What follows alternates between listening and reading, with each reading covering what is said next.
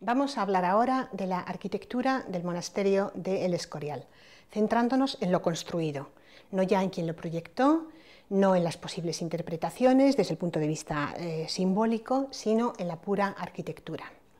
Y en ese sentido tenemos que empezar hablando de las funciones que hay en este enorme complejo. En el eje central de la planta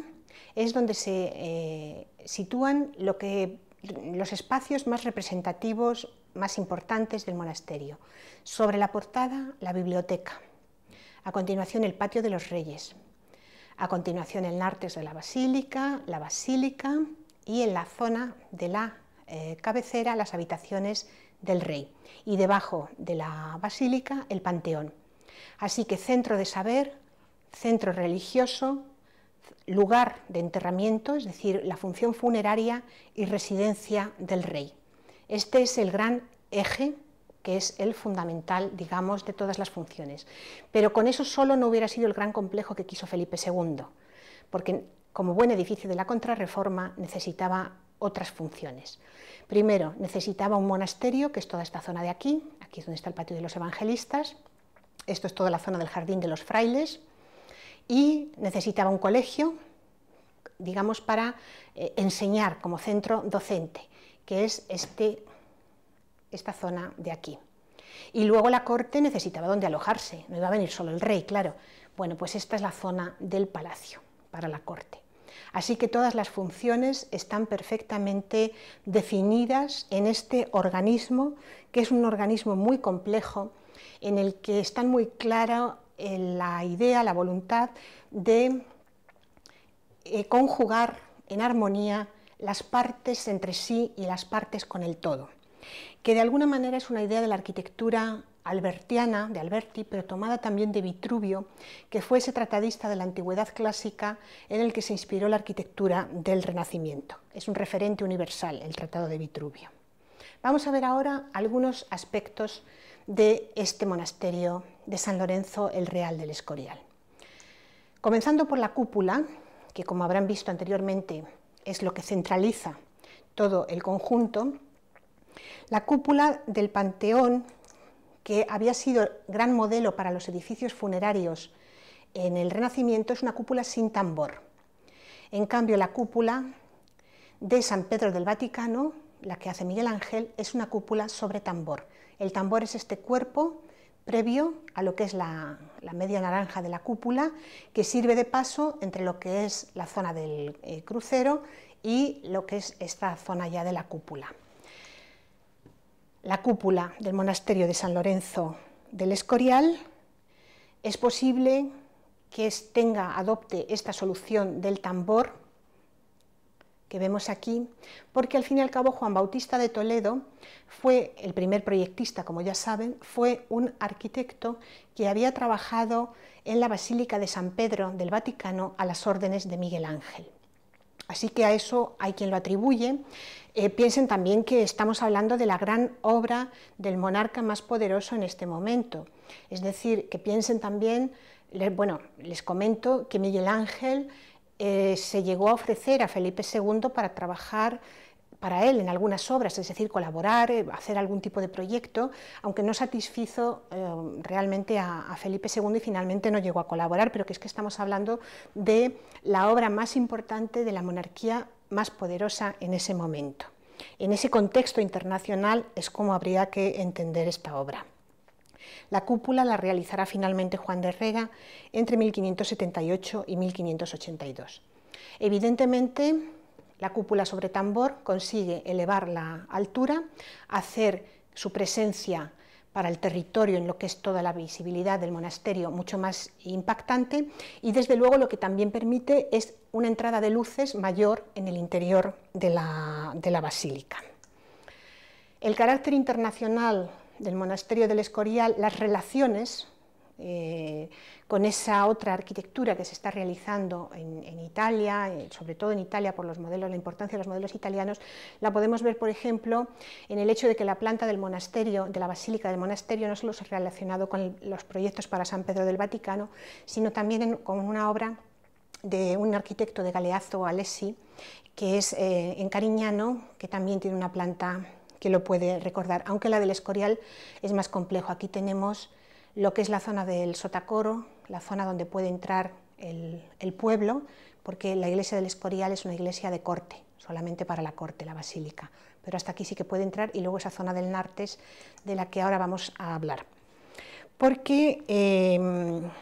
ya hablamos de las modificaciones que Pacciotto había llevado a cabo para la basílica, proyectada por Juan Bautista de Toledo, como había sido llevar las torres a los pies de la basílica en lugar de la zona absidal, pero también se van a pedir proyectos a Vignola,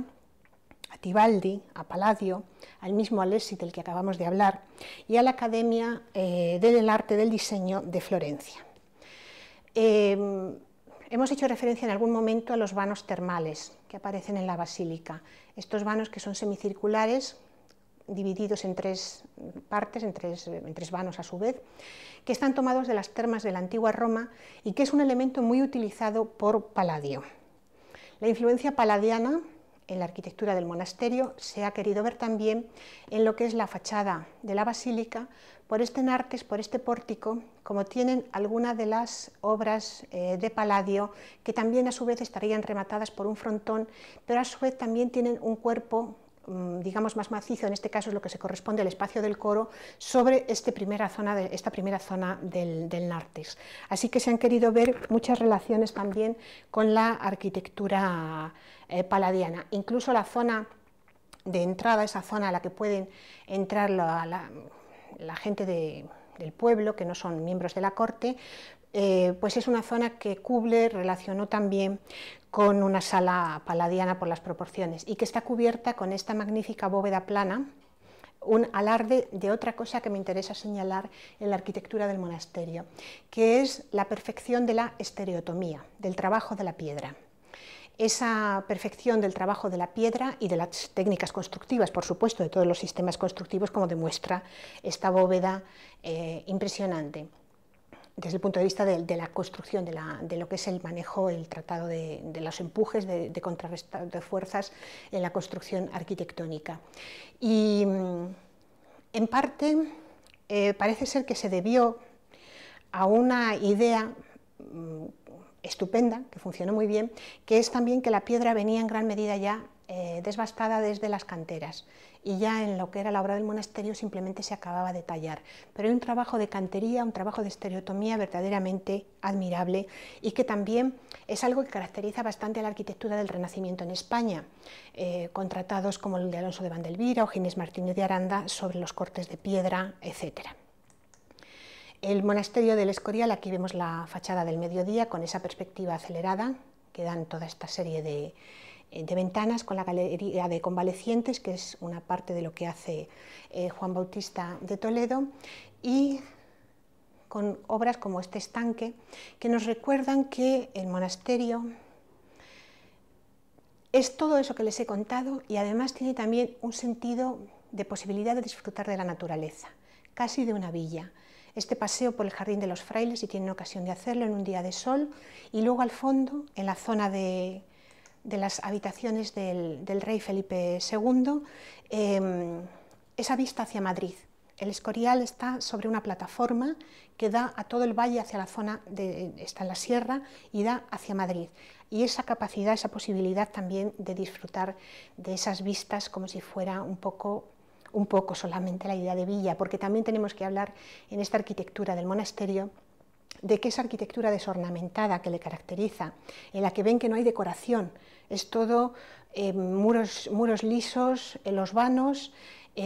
Fíjense incluso en esta foto cómo se puede ver que poco avanza sobre la lonja lo que es la fachada principal de la basílica. Estas totalmente planas, es decir, hay un sentido en esta arquitectura, en este estilo tan sencillo, en este estilo sencillo en apariencia, que ha recordado también a algunos historiadores a lo que era la arquitectura de los ingenieros en la época, la arquitectura de las fortificaciones, basadas en esa proporción, etc. En ese sentido, pues se ha relacionado que hubo ingenieros que intervinieron aquí con los conocimientos de matemática y de ingeniería del mismo Juan de Herrera. En cualquier caso, también hay que tener en cuenta que en esta época las profesiones no estaban tan diferenciadas en ese sentido. En cualquier caso, es el palacio de un rey distante, de un rey que se puede encerrar aquí después de sus labores de gobierno para seguir haciéndolas, pero esa manera de cultivar la distancia por parte de la monarquía de los Austrias es algo que se puede ver aquí. Y otra cuestión es que lo mismo que se puede hablar de que el monasterio del Escorial, como ya comentamos, sería la gran casa, pero bueno, hay otras casas en torno a Madrid, esos satélites de la corte, otras casas del rey, pues en torno al Escorial también se crean otro tipo de instalaciones, de edificios como la Fresneda, como el Campillo, que también de alguna manera están al servicio de este monasterio del Escorial como satélites. En cualquier caso, ya para acabar, las referencias a Vitruvio en toda la construcción son constantes y la recuperación y superación de la arquitectura de los romanos es también algo que resaltan todos los textos de la época. Volviendo de nuevo al padre Sigüenza, al que tantas veces hemos citado, él decía, utilizando a San Agustín, que la correspondencia y conveniencia agrada, y guardándose esta, todo queda hermoso. Esta correspondencia ama la unidad y la igualdad. Con la estética de San Agustín, con los modelos vitruvianos, con tantas cosas se puede relacionar esta arquitectura.